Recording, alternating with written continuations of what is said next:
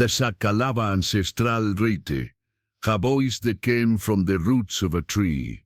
The whispering baobab. The year was 1889, and the great island of Madagascar lay shrouded in the mysteries of its ancient past, far removed from the revolutionary fervor that gripped distant France. In the western highlands, where the Sakalava kingdom stretched across vast savannas dotted with sacred baobab trees, an extraordinary event was about to unfold that would challenge everything the people believed about the boundary between the living and the dead. Rasafi knelt beneath the massive trunk of the ancestral baobab, its gnarled roots extending like ancient fingers deep into the red earth of Madagascar. At 17, he was the youngest member of his village ever chosen to participate in the Famadiana ceremony, the sacred ritual of turning the bones that connected the Sakalava people to their ancestors. The weight of this honor pressed upon his shoulders like the humid air that clung to the highlands during the rainy season. The baobab tree before him was no ordinary giant. Known to his people as Reneni, the mother, it had stood sentinel over their village for over 800 years, its massive trunk hollow enough to house a small family. The elders spoke in hushed tones of how their ancestors had first discovered this tree, already ancient when they arrived, its roots so deep they seemed to touch the very heart of the earth itself. As the sun began its descent toward the western horizon, painting the sky in shades of amber and crimson, Rasafi felt a strange vibration through the ground beneath his knees. It was subtle at first, like the distant rumble of thunder, but as he pressed his palms against the earth, the sensation grew stronger. The other villagers, busy preparing for the evening ceremony, seemed oblivious to what he was experiencing. Rasafi, came a voice, soft as the whisper of wind through grass, yet clear as the call of a sifaka lemur at dawn. The young man's eyes widened as he realized the voice seemed to emanate not from any person nearby, but from the very roots of the great baobab itself. He looked around, frantically, expecting to see one of the village elders playing a trick on him, but the nearest person was his grandmother, Nenibe, who was carefully arranging white silk shrouds 50 meters away near the family tomb. The voice came again, more insistent this time. Rasafi, child of my children's children. Listen well, the time of great change approaches, and you must be the bridge between what was and what will be. The young man's heart hammered against his ribs like a trapped bird. In Sakalava tradition, the ancestors could indeed speak to the living, but usually only through the mediums known as Saha, during formal ceremonies, and never directly to someone so young and untrained in the mystical arts. Who are you? Rasafi whispered, his voice barely audible above the evening breeze that rustled the baobab sparse leaves.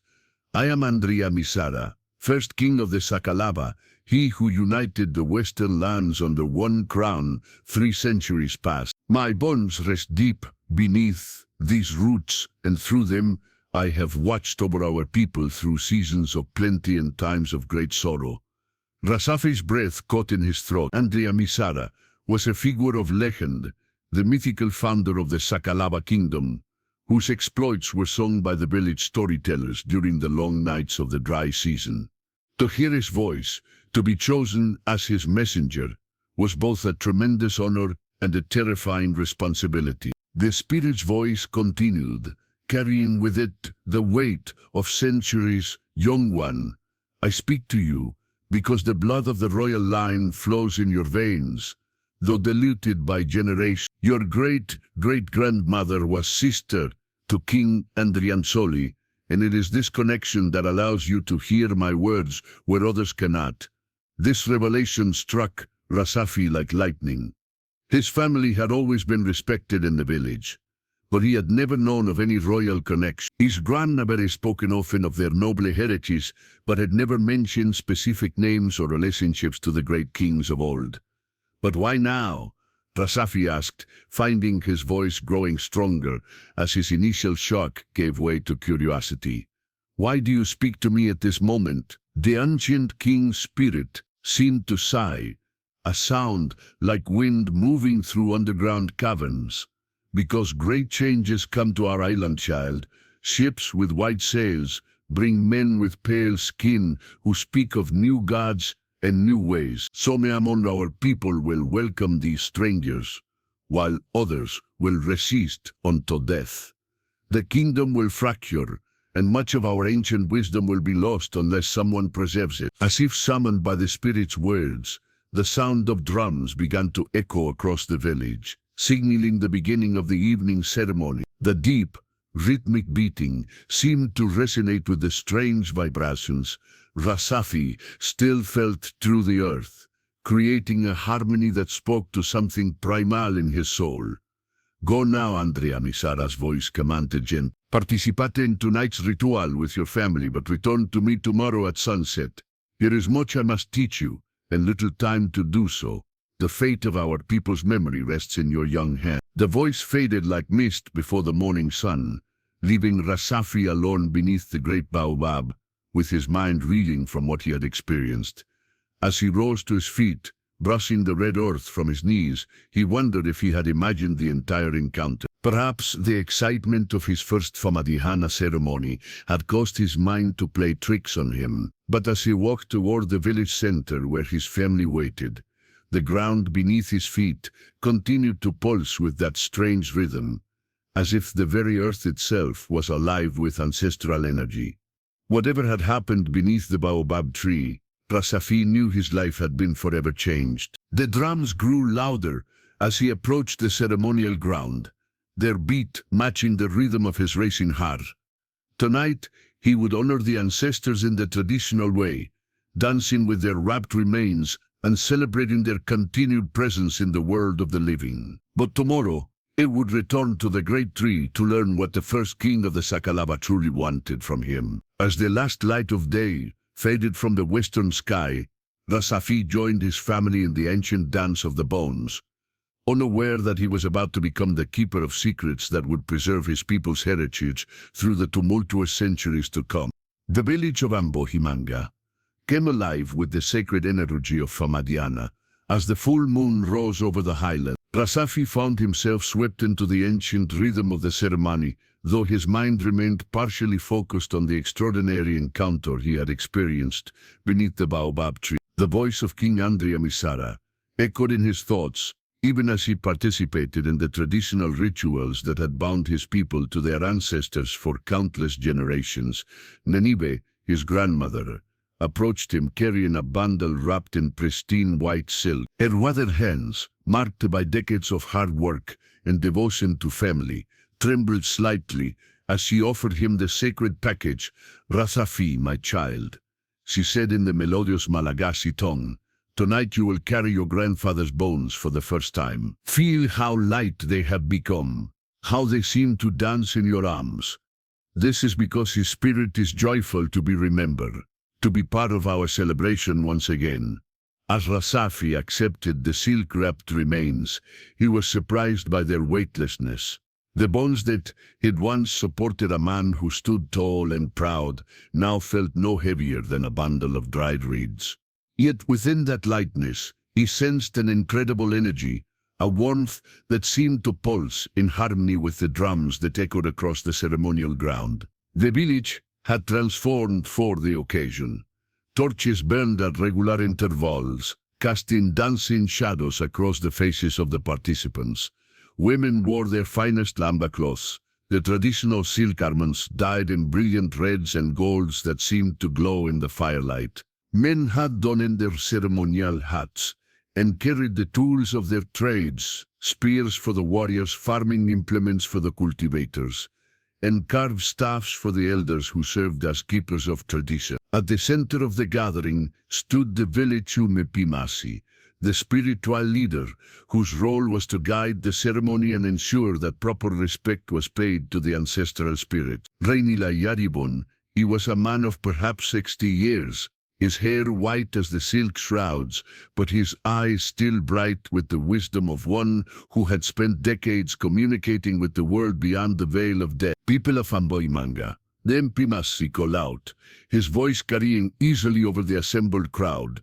Tonight we gather as our fathers and their fathers before them have gathered to honor those who have gone before us into the realm of the ancestors. We dance not in sorrow, but in celebration, for death is not an ending but a transformation. The drums intensified their rhythm, joined now by the haunting melodies of the balija, the traditional bamboo tube zither, whose ethereal tones seemed to bridge the gap between the physical and spiritual, while Rasafi felt the music in his bones, quite literally, as the remains he carried seemed to vibrate in harmony with the ancient melody. As the dancing began, families moved in slow, graceful circles around the ceremonial ground, each group carrying the silk-wrapped bones of their departed relatives. The movements were not random, but followed patterns passed down through generations, each step and turn imbued with symbolic meaning that connected the dancers to the cosmic order of their ancestors. Rasafi found himself moving with an instinctive grace he had never possessed before, as if the bones he carried were guiding his steps. His grandfather, Rakoto, had been a renowned dancer in his youth, and now it seemed his spirit was sharing that skill with his grandson. The young man's feet found the rhythm effortlessly, his body swaying to the ancient music, as if he had been performing this dance for decades rather than experiencing it for the first time. As the night progressed, something extraordinary began to happen. Other participants started to notice Rasafi's unusual connection to the ceremony. His movements became more fluid, more inspired, and those dancing near him found their own steps becoming more graceful, as if his presence was somehow enhancing their spiritual connection to their ancestors. Nenibe watched her grandson with growing amazement and a touch of concern. She had seen many Famadiana ceremonies in her 73 years, but never had she witnessed someone so young display such a profound connection to the ancestral realm. There was something different about Rasafi tonight, something that reminded her of the old stories her own grandmother had told about individuals chosen by the spirits for special purposes. During a brief pause in the dancing, as the musicians rested and the participants shared traditional foods and palm wine, the village Impimasi approached Rasafi with curiosity evident in his ancient eye. "Young man," Ranila Yariboni said quietly, "I have been watching you tonight, and I see something unusual. The ancestors speak through your movements with uncommon clarity. Tell me, have you experienced anything extraordinary in recent days?" Rasafi hesitated, uncertain whether to reveal his encounter with the spirit of King Andrea Misara. The experience still felt surreal, and he feared that speaking of it might diminish its power, or worse, cause others to think he was suffering from some form of spiritual delusion. But as he looked into the Ampimasi's wise eyes, he sensed a deep understanding and compassion that encouraged honesty. In halting words, he began to describe what had happened beneath the great baobab tree, watching carefully for any sign of disbelief or mockery in the spiritual leader's expression. To his surprise, Ranila Yarivon, his eyes widened with what appeared to be recognition rather than skepticism. The old man nodded slowly as Rasafi finished his account, then placed a withered hand on the young man's shoulder. "I have been waiting for this day for many years," the Mpimasi said softly. "My own teacher, who passed into the ancestral realm when I was not much older than you are now, spoke of a prophecy. He said that when great changes threatened our people, the first king would choose a young messenger to preserve our ways. I believe, Rasafi, that you are the chosen one." The weight of this revelation settled on Rasafi's shoulders like a heavy cloak. To be chosen by the ancestors was an honor beyond measure, but it also carried responsibilities that seemed almost too great for someone of his age and inexperience to bear. As the ceremony resumed and the dancing continued into the early hours of the morning, Rasafi found himself moving with even greater purpose and connection. The bones he carried seemed to grow lighter still, and he began to sense the presence of other ancestral spirits joining the celebration. Whispered voices, too faint for others to hear, offered him encouragement and guidance, preparing him for the greater revelations that awaited him beneath the baobab tree. When the first light of dawn began to paint the eastern sky in shades of pink and gold, the Famadiana ceremony drew to its traditional close. The silk-wrapped bones will return to their resting places with prayers and offerings, and the exhausted but spiritually renewed participants began to make their way back to their home. As Rasafi helped his grandmother secure his grandfather's remains in the family tomb, she squeezed his hand with surprising strength. "Whatever the ancestors ask of you, my child," she whispered, "know that you carry the love and support of all who came before. You are not alone in this journey." Walking home through the pre-dawn darkness, Rasafi felt the weight of destiny settling around him like morning mist. In just a few hours, he would return to the great baobab tree to continue his education in the ancient way. Whatever King Andrea Misara intended to teach him, he knew it would change not only his own life, but potentially the fate of his entire people. The drums had fallen silent, but their rhythm continued to echo in his heart as he prepared for the next phase of his extraordinary journey into the realm of ancestral wisdom. The afternoon sun hung heavy in the Madagascar sky as Rasafi made his way back to the great baobab tree, his heart pounding with a mixture of anticipation and trepidation. The previous night's Famadiana ceremony had left him feeling spiritually charged, as if every cell in his body had been awakened to frequencies he had never perceived before. The words of the village Mpimasi echoed in his mind. He was the chosen messenger, destined to preserve the ancient ways during times of great change. As he approached Rinini, the mother tree, Rasafi noticed that the massive baobab seemed different in the daylight. Each trunk, which could easily house a dozen people, appeared to pulse with a subtle energy that made the air around it shimmer like heat waves rising from sun-baked earth. The tree's sparse branches reached toward the sky, like the arms of a supplicant, while its roots, visibly above ground for several meters before disappearing into the red soil, seemed to form intricate patterns that resembled ancient script. Settling into the same position he had occupied the previous evening, Brasef placed his palms against the warm earth and waited. The vibrations he had felt before were stronger now, as if the tree and its underground network of roots were humming with accumulated power from the night ceremony. "You have returned, young messenger." The voice of King Andrea Misara emerged from the depths of the earth with the authority of centuries. "Good, we have much work to do, and little time to accomplish it. The ships I spoke of yesterday are already approaching our shores, though they will not reach the western kingdoms for several moons yet." "Great King," Rasafi replied, his voice steadier than he had expected, "I am ready to learn whatever you would teach me." "But he must ask, how is it that you know of events that have not yet come to pass?" A sound that might have been laughter rumbled through the root system beneath him. "Death, child, is not the ending your people believe it to be, but rather a transformation that grants new perspective. From the realm of the ancestors, we can perceive the great currents of change that flow through time, like rivers through the landscape.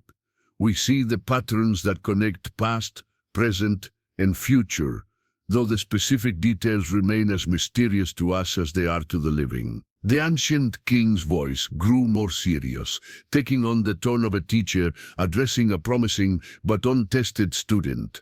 "What I am about to share with you has been passed down through the royal line for generations, but never before has it been entrusted to one so young. The knowledge I will give you must be preserved exactly as I speak it, for even the smallest change in the telling could alter its power." Rasafi felt a strange sensation, as if invisible hands were touching his forehead and temples. The world around him seemed to fade, and suddenly he found himself standing not beneath a baobab tree, but in what appeared to be a vast underground chamber lit by an otherworldly phosphorescence. "Do not be afraid," Andrea Misara's voice assured him. "Your body remains in the world above. I have brought your spirit into the realm where the deepest knowledge is kept, the place we call Tani Masina, the sacred land that exists beneath all land. Before Rasafi stretched an incredible sight, walls covered with intricate carvings that seemed to move and shift in the strange light, depicting the entire history of the Sakalava people from their earliest migrations to events that had not yet occurred. At the center of the chamber stood a figure that could only be King Andriamisara himself, tall and regal, wearing robes that seemed to be woven from starlight and shadow. Behold the Soratra Masina, the sacred writings that record not only what has been but what must be preserved for those who will come after us. The king gestured toward the moving carvings with a hand that appeared solid yet translucent. These are not mere pictures, but living memories that contain the essence of our people's wisdom. As Rasafi watched, in amazement, the carvings began to tell their stories. He saw the first Sakalava warriors arriving on the western coast of Madagascar, their outrigger canoes cutting through waters that sparkled like liquid emerald. He witnessed the establishment of the great kingdoms, the development of the complex social structures that governed Sakalava society, and the gradual expansion of their influence across the island's western regions. But the visions did not stop with the past. The carvings showed him glimpses of the future that made his heart race with concern. European ships arriving at Sakalava ports, bringing traders and missionaries who would forever alter the island's destiny. He saw kingdoms rising and falling, traditional ways being abandoned or driven underground, and the gradual erosion of the ancient connections between the living and the dead. This is why you have been chosen, Rasafi, the king explained, as the visions continued to unfold. In the times to come, many of our people will be seduced by the promises of the foreigners. They will abandon the old ways in favor of new religions and new forms of government. The knowledge contained in these sacred writings will be lost unless someone preserves it in a form that can survive the coming changes. The young man found his voice, though it seemed to come from very far away. But how can I, one person, preserve all of this? I am not a king or a priest. I have no authority to command others to remember. Andriamisara smiled, and in that expression, Rasafi saw both infinite compassion and unwavering determination. Authority is not given, child. It is earned through service and sacrifice. You will not preserve this knowledge through commands, but through stories. You will become a Mpikabari, a keeper of oral traditions, but one with a special mission. The king raised his hand, and suddenly Rasafi felt a rush of information flowing into his mind like water pouring into a vessel. Names, dates, genealogies, ritual procedures, sacred songs, and mystical formulas filled his consciousness with such intensity that he feared his mind might shatter under the weight of it all. Do not try to hold onto everything at once, Andriamisara advised, his voice now seeming to come from inside Rasafi's own thoughts.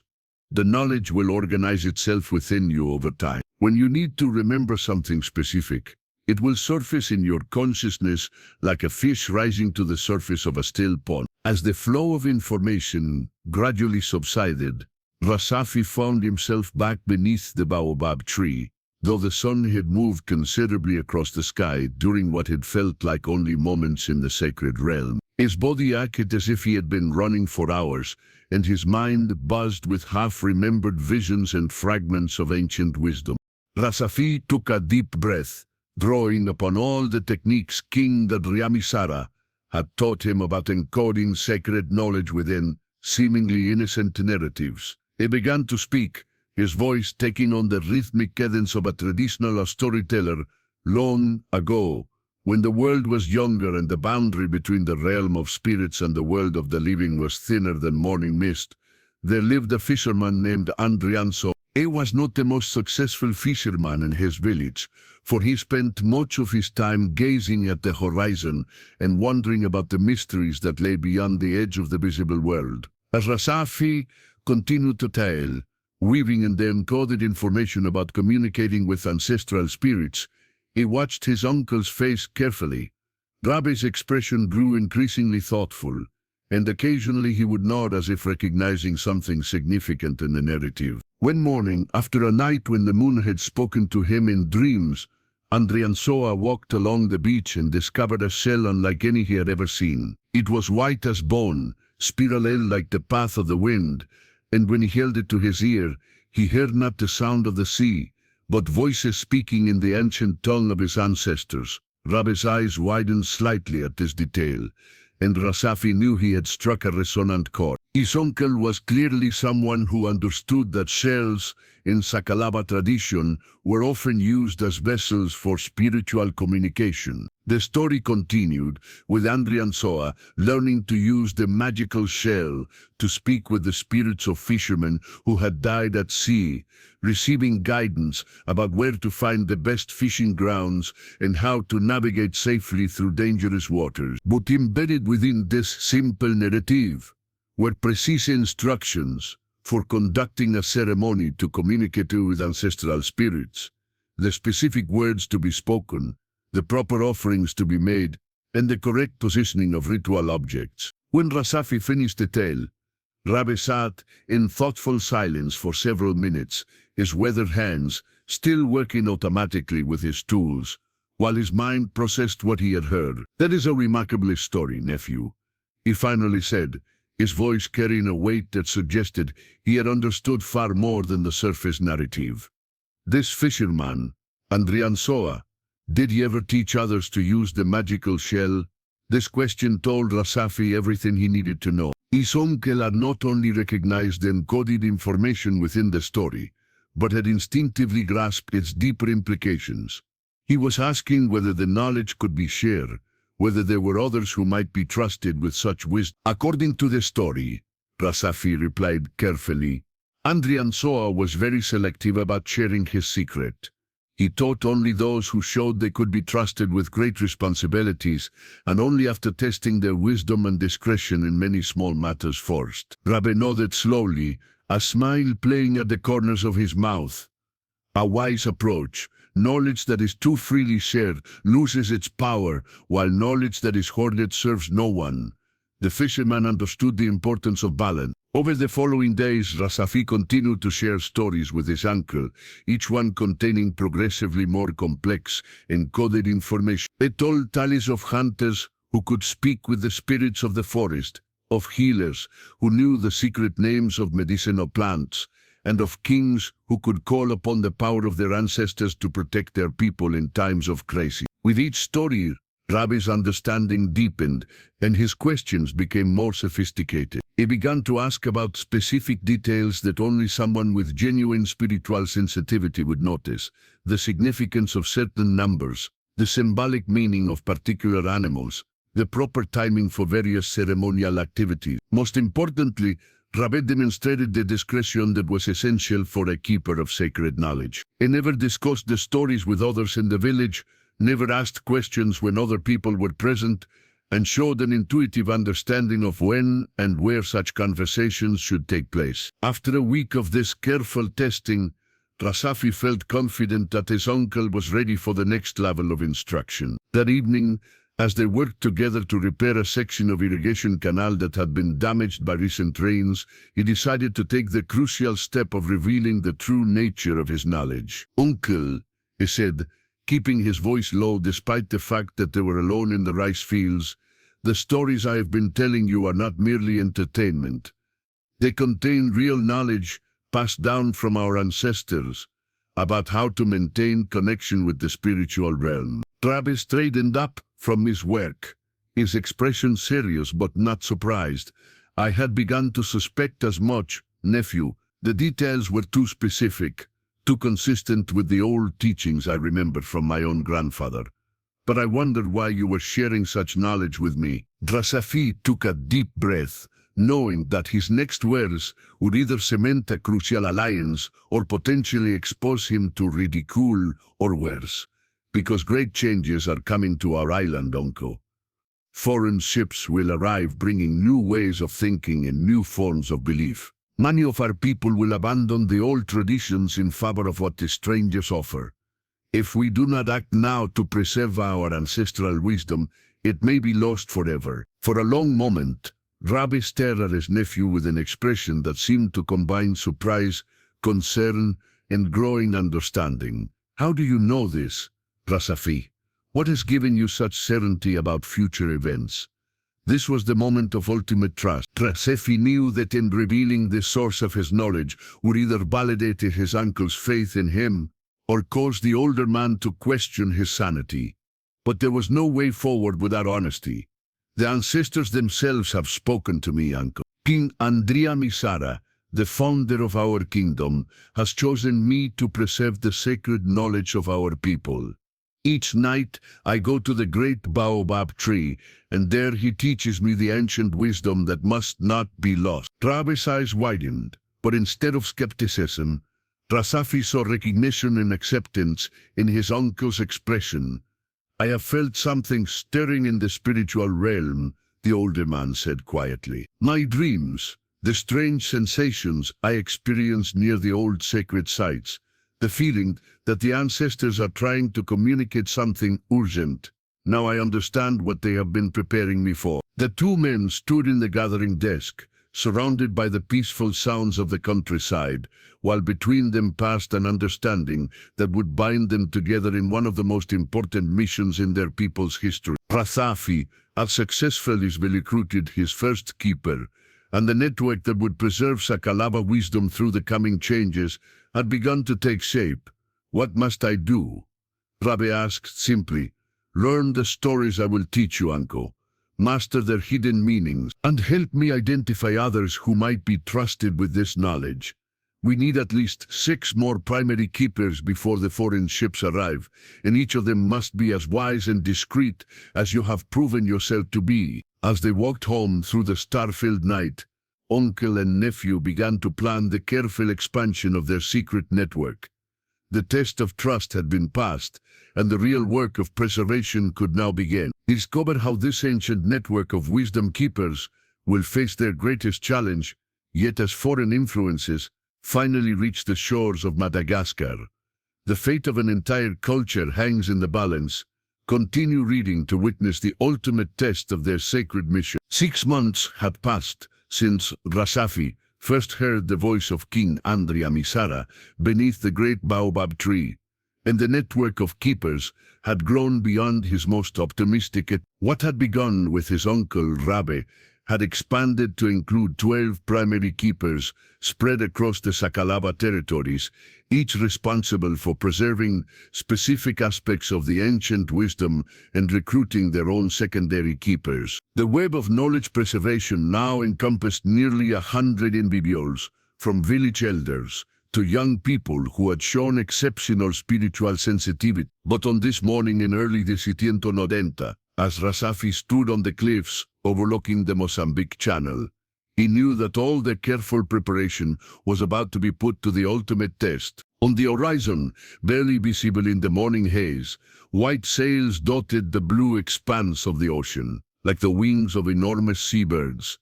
The foreign ships that King Andrea Misara had prophesied were finally approaching the shores of Madagascar. Beside him stood Renila Yariboni, the village MP who had become one of the most important members of their network, after demonstrating a remarkable ability to encode ritual procedures within traditional chants and prayers. The old spiritual leader's weathered face was grave as he watched the approaching vessels. So it begins, the MP said quietly. The great test that our ancestors warned us about. Are we ready, young keeper? Rasafi felt the weight of responsibility settling on his shoulders like a heavy cloak. Over the past months, he had grown from an uncertain teenager into a confident leader, but the sight of those distant ships filled him with a mixture of anticipation and dread. Everything they had worked for would now be tested against the reality of cultural collision. We are as ready as we can be, he replied, his voice steadier than he felt. The knowledge has been distributed, the stories have been learned, and the keepers know their roles. But we cannot know how our people will respond to what the strangers bring until we see it for ourselves.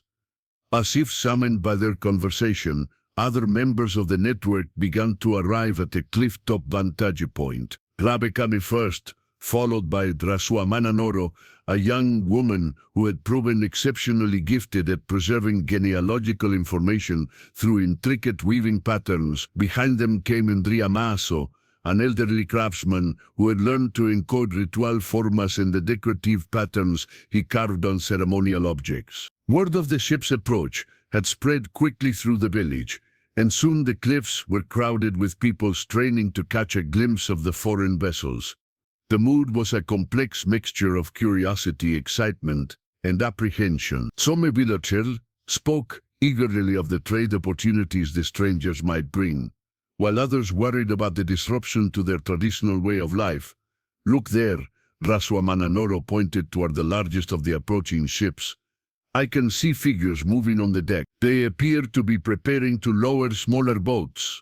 As the morning progressed, the ships drew steadily closer, their details becoming increasingly clear. There were 3 vessels in total, 2 smaller craft that appeared to be trading ships, and 1 larger vessel that flew. What the watchers would later learn was the flag of the French colonial administration. The sight of these foreign flags soaring in the ocean breeze sent a chill through Rasafi's heart, for he knew they represented powers that could reshape his homeland forever. By midday, the first boats had reached the shore, and Rasafi found himself face to face with the future that King Andrea Misara had shown him in vision. The foreigners who stepped onto the beach were indeed pale-skinned, as the ancient king had predicted, and they carried themselves with the confidence of people accustomed to being obeyed. Their leader, a tall man with graying hair and eyes the color of storm clouds, approached the gathered Sakalava with a mixture of authority and calculated friendliness. "Greetings,"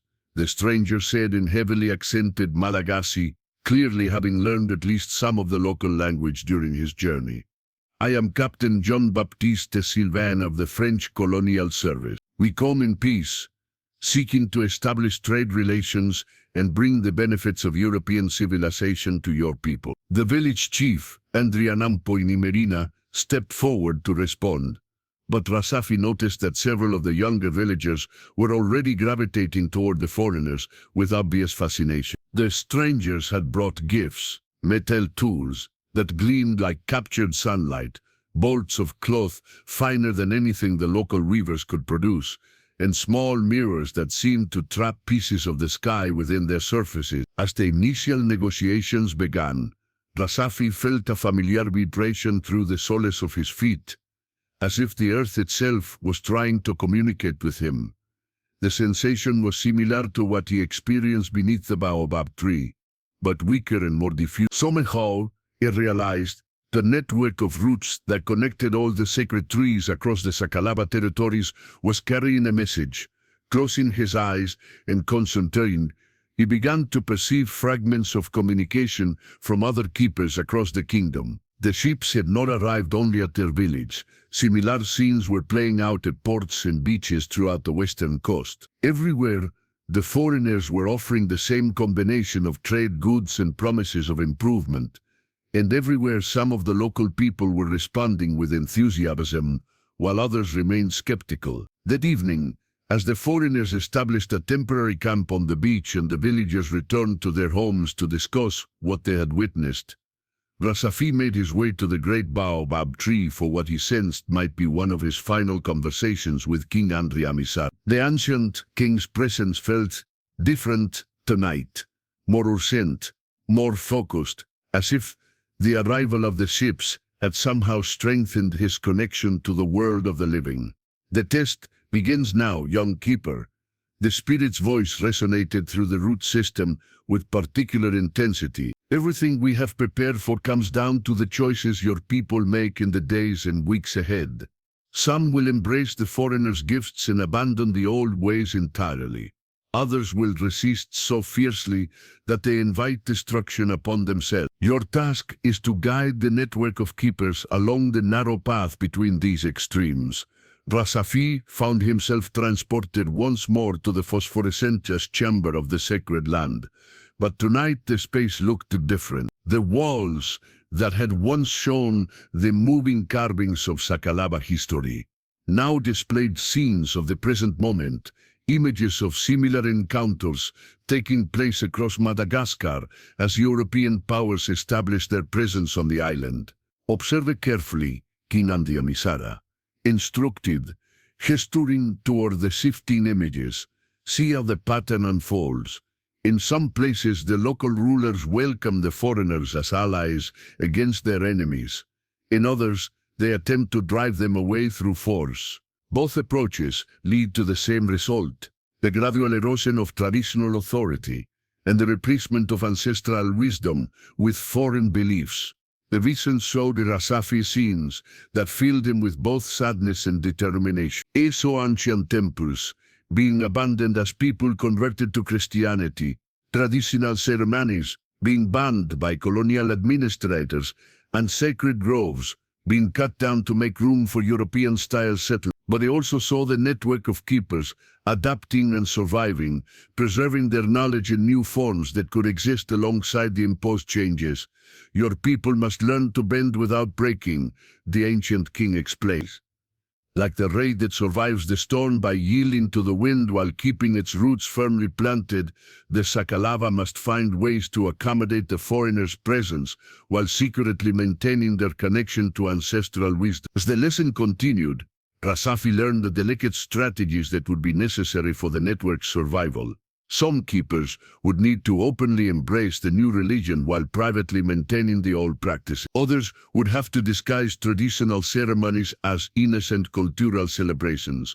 Most importantly, the stories that contained encoded knowledge would need to be adapted to include elements that made them seem compatible with Christian teaching. The greatest danger, King Andrea Misara warned, will come not from the foreigners themselves, but from those among your own people who become zealous converts to the new ways.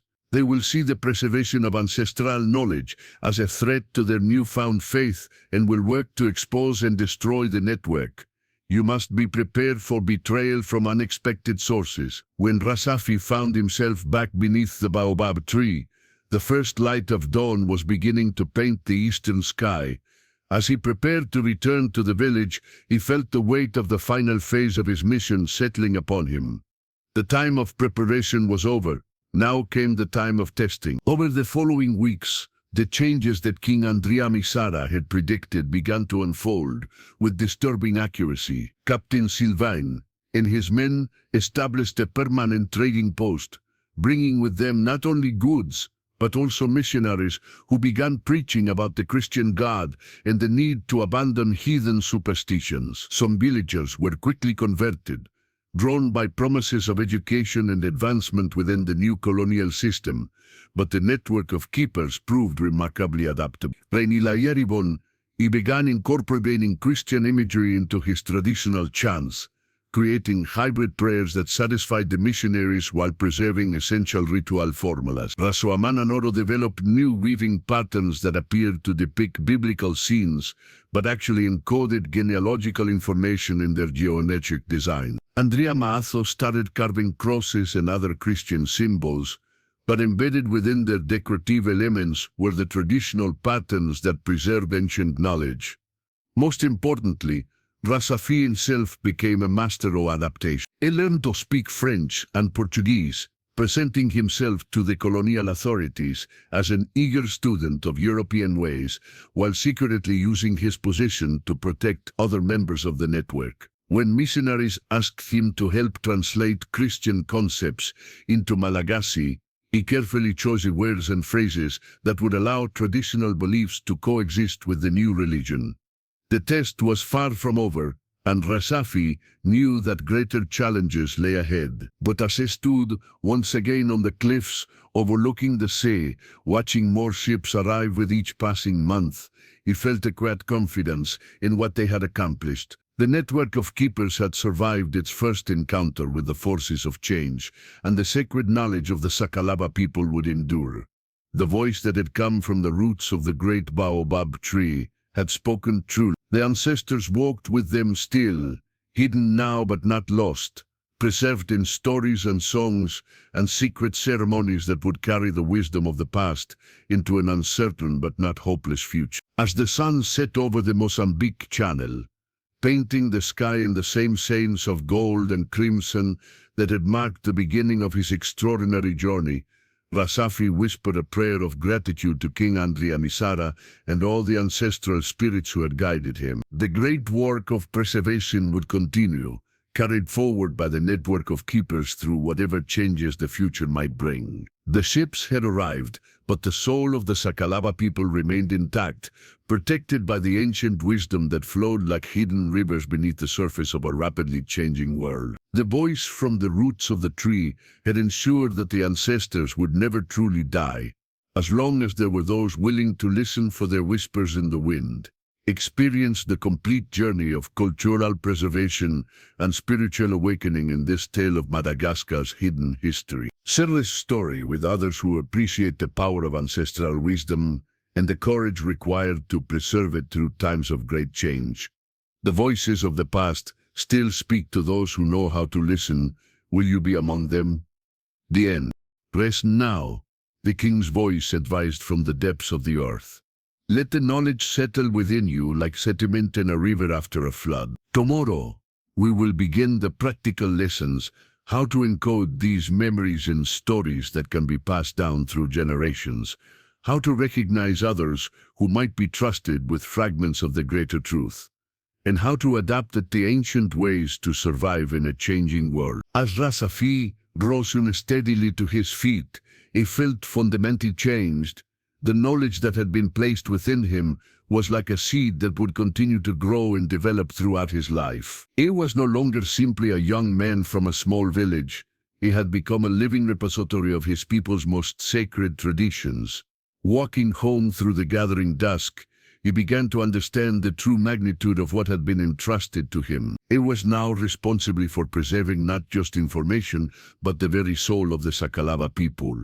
The weight of that responsibility was almost overwhelming, yet he also felt a strange sense of peace, as if he had finally discovered his true purpose in life. The voice of King Andrea Misara followed him as he made his way back to the village. Remember, young keeper of memories, you are not alone in this task. The ancestors walk with you always, and when the time comes, others will be called to share your burden. Trust in the wisdom that flows through you. And never forget that the greatest truths are often hidden in the simplest stories. That night, as Rasafi lay on his sleeping mat, listening to the sounds of the village settling into rest, his dreams were filled with visions of the sacred chamber and the moving carvings that held the secrets of his people's destiny. He was beginning to understand that his education had only just begun. Chapter 4. The Art of Hidden Truths. 3 weeks had passed since Rasafi's first encounter with the spirit of King Andrea Masada, and each evening had brought new lessons beneath the great baobab tree. The young man had learned to navigate the strange realm of Tani Masina with increasing confidence, absorbing knowledge that spanned centuries of Sakalava history and wisdom. But tonight's lesson would prove to be the most crucial yet, for the ancient king was about to teach him the delicate art of concealing sacred truths within seemingly innocent stories. As the sun began its descent toward the western horizon, painting the Madagascar highlands in shades of gold and crimson, Rasafi took his familiar position beneath Renini. The massive baobab seemed to welcome him now, its ancient presence as comforting as his grandmother's embrace. The vibrations through the earth had become as familiar as his own heartbeat, and he no longer felt surprise when the voice of the long-dead king emerged from the depths below. Tonight, young keeper, you will learn the most important skill of all.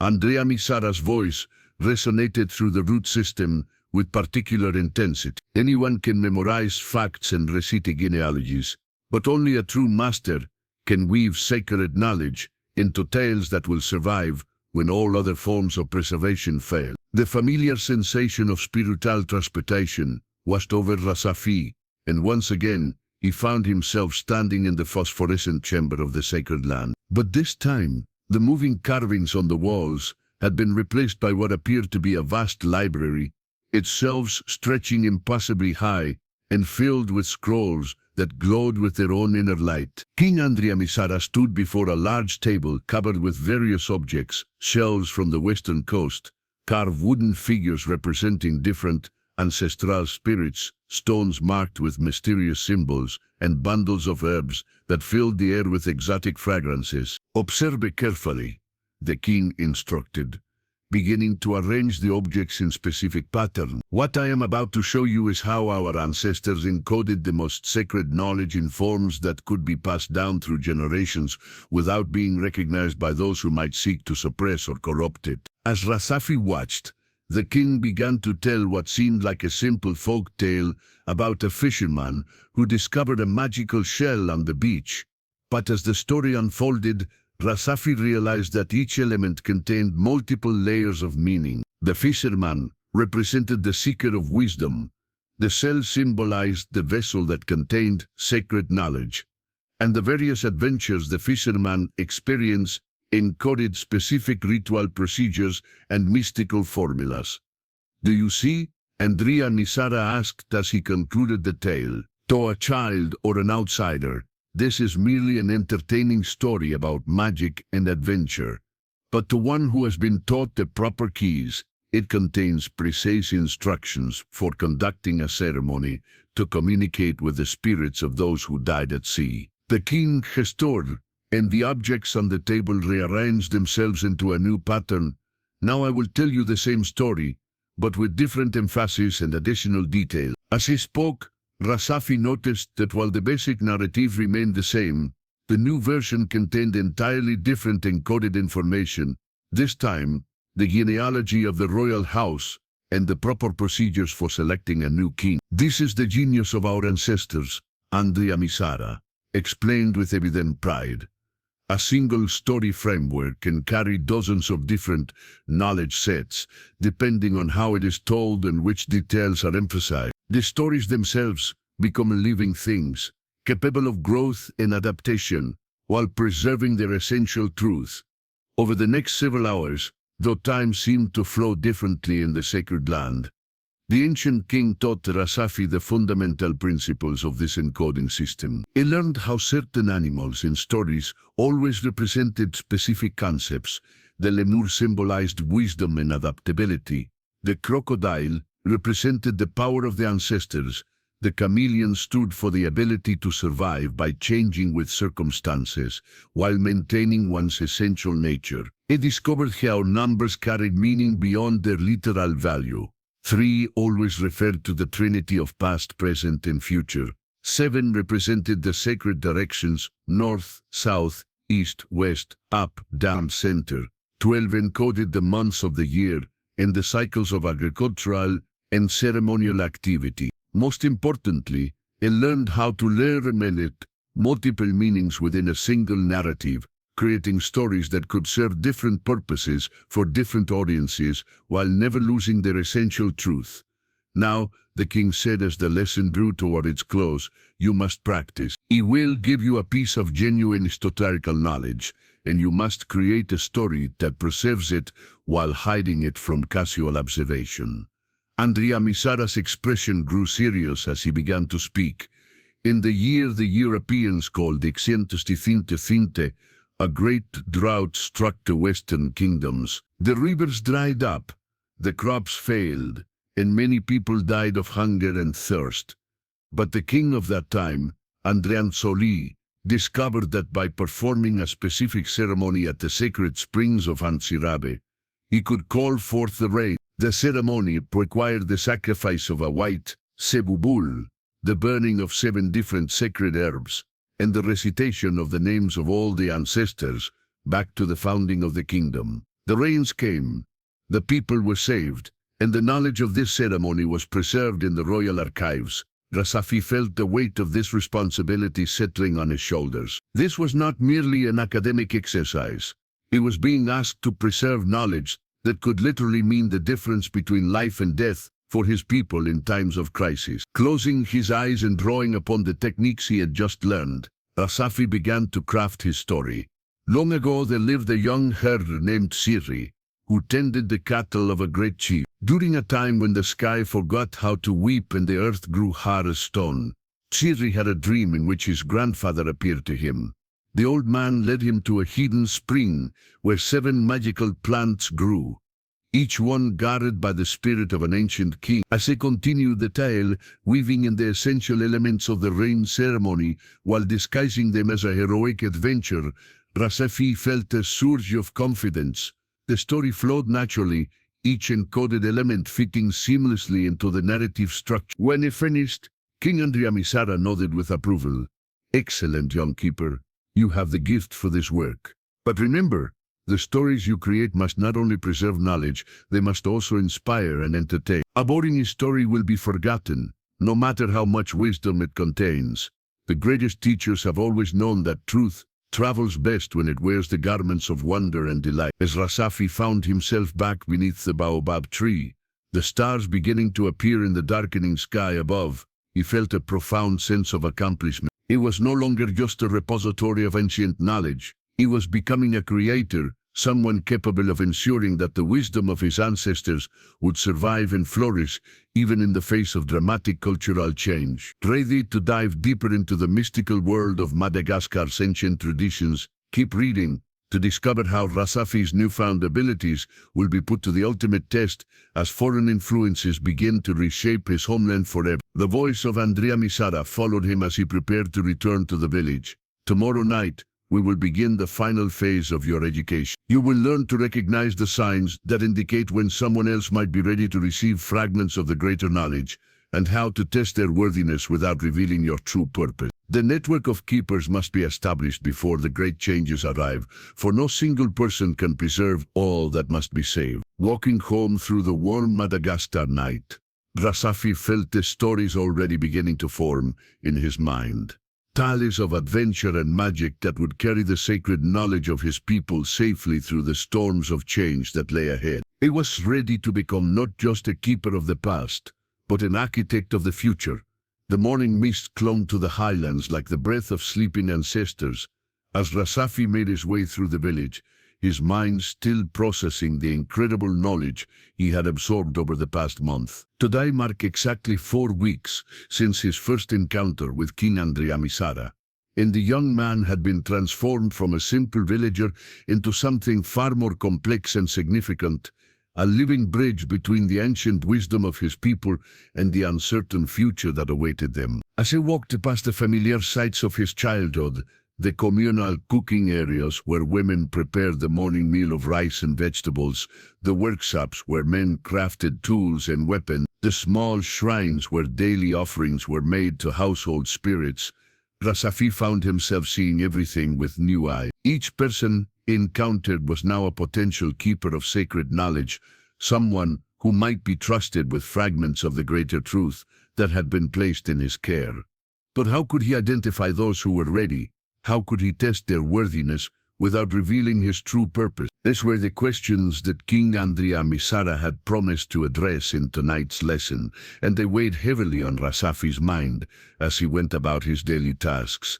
His first test came sooner than expected. As he helped his uncle Rabe repair a section of fence that had been damaged by the previous night's storm, the older man began to speak about troubling dreams he had been experiencing. "Strange visions come to me in sleep, nephew," Rabe said, his weathered hands working steadily with the wooden posts.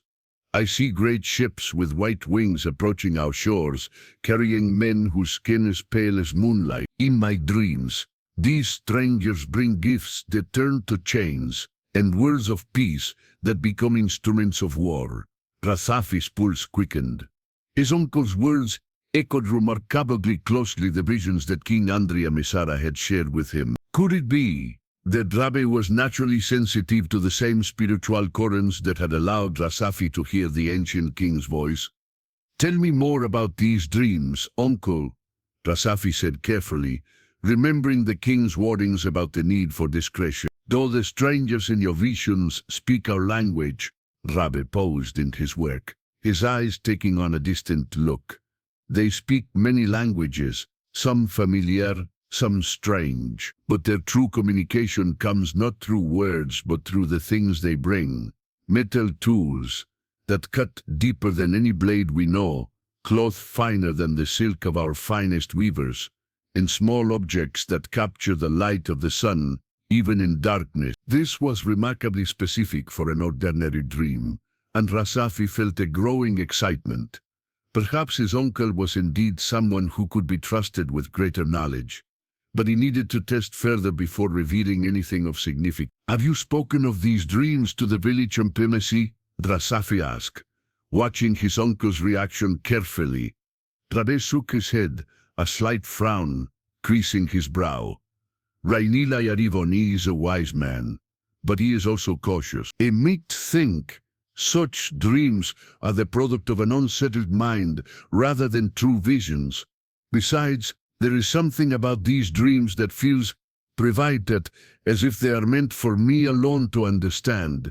This response told Rasafi much. His uncle possessed both spiritual sensitivity and the wisdom to be discreet about it, two essential qualities for anyone who might be entrusted with sacred knowledge. But one more test was needed. Uncle, Rasafi said, adopting the tone he might use when telling a story to children. Suppose someone were to tell you a tale about a fisherman who found a magical shell that allowed him to speak with the spirits of the sea. Would you listen to such a story as mere entertainment? Or might you look for deeper meanings hidden within it? Trabe's eyes sharpened with interest, and Rasafi saw a spark of understanding pass across his features. "I have always believed, nephew, that the best stories are like the baobab tree. What you see on the surface is impressive, but the most important parts are hidden beneath the ground. A wise person listens not only to what a story says, but to what it means." That evening, as Rasafi prepared to make his way to the great baobab tree for another lesson with King Andrea Misara, he felt a mixture of excitement and nervousness. He believed he had identified his first potential recruit for the network of keepers, but he needed the ancient king's guidance on how to proceed. The familiar vibrations greeted him as he settled beneath Renini, and soon he found himself once again in the phosphorescent chamber of the sacred land. King Andrea Misara stood waiting, but tonight he was not alone. Beside him stood two other figures, a woman wearing the elaborate headdress of a royal priestess, and a man whose simple robes marked him as a keeper of oral traditions. "Tonight, young Rasafi, you will meet two others who face the same challenges you now confront," the king announced. "This is Queen Rasoherina, who ruled the Central Highlands 2 centuries ago and established the first network of knowledge keepers, when Arab traders began to influence our island's culture. And this is Andrea Manello, the great storyteller who preserved the genealogies of 12 royal houses by encoding them in epic poems that are still recited today." The queen stepped forward, her presence radiating an authority that made Rasafi instinctively bow his head in respect. "Chill of the Western Kingdoms," she said in a voice like silver bells, "the task before you is not new. Throughout our history, there have been times when the old ways were threatened by new influences. Each time, certain individuals were chosen to ensure that essential knowledge survived the transition." Andrea Manello nodded in agreement, his eyes twinkling with the wisdom of one who had spent a lifetime crafting words into vessels for truth. "The key to success lies not in fighting change, but in adapting to it while preserving what must not be lost. You cannot stop the foreigners from coming, but you can ensure that their arrival does not mean the death of our ancestral wisdom." King Andrea Misara gestured, and suddenly the chamber was filled with images showing various historical periods when Madagascar had faced cultural upheaval. Rasafi saw Arab merchants establishing trading posts along the coasts, bringing new religions and new forms of government. He witnessed the rise and fall of various kingdoms as they struggled to balance tradition with innovation. Most importantly, he observed how certain individuals had successfully preserved crucial knowledge by creating networks of trusted keepers. "The process always begins the same way," Queen Rasoherina explained. "You identify those who show natural sensitivity to spiritual matters, test their discretion and wisdom, and gradually introduce them to progressively deeper levels of knowledge. But you must never reveal the full scope of what you know to any single person except your chosen successor." Andrea Manello added, "Each keeper should receive only the knowledge they need for their specific role. Some will preserve genealogies, others will maintain ritual procedures, still others will keep alive the sacred stories. This way, if one keeper is lost or compromised, the entire network does not fall." The ancient king smiled with approval as his companions shared their wisdom. "Your uncle Rab shows promise, but he is only the beginning. You must identify at least 7 primary keepers before the foreign ships arrive, one for each of the sacred directions. Each primary keeper will then recruit secondary keepers, and so on, until a web of preservation spreads throughout the Sakalava lands. As the lesson continued, Rasafi learned its subtle signs that indicated spiritual sensitivity, unusual dreams, the ability to sense the moods of animals, a natural inclination towards storytelling, and an instinctive understanding that surface appearances often conceal deeper truth. He discovered how to create seemingly casual tests that would reveal a person's character and trustworthiness without arousing suspicion. Most importantly, he learned the gradual process by which knowledge should be shared. First, simple stories that contained basic encoded information. Then, if the person proved reliable, more complex narratives with multiple layers of meaning. Finally, for those who demonstrated exceptional wisdom and discretion, direct teaching of specific ritual procedures and mystical formula. Remember, Queen Rasoherina, caution as the lesson drew to a close, the network you create must be invisible to outsiders, but strong enough to survive persecution. Some of your keepers may be forced to practice their knowledge in secret, while others may find ways to blend the old ways with new beliefs. Flexibility is essential, but the core truths must never be compromised. As Rasafi found himself back beneath the baobab tree, his mind buzzing with new understanding, he felt the weight of his responsibility more keenly than ever. It was not just preserving knowledge for its own sake. He was ensuring the spiritual survival of his people through the greatest cultural transformation in their history. The voice of King Andrea Misara followed him as he prepared to return to the village. Begin with your uncle tomorrow. Tell him the story of the fisherman and the magical shell, but tell it as I taught you, with all the proper encodings. Watch his reaction carefully. If he responds as you hope, you will have taken the first step toward building a network that will preserve our people's soul through the dark times ahead. Walking home through the star-filled night, Rasafi felt a new sense of purpose burning within him. Tomorrow, it would begin the delicate work of recruitment, starting the process that would ensure the survival of Sakalava wisdom through whatever changes the future might bring.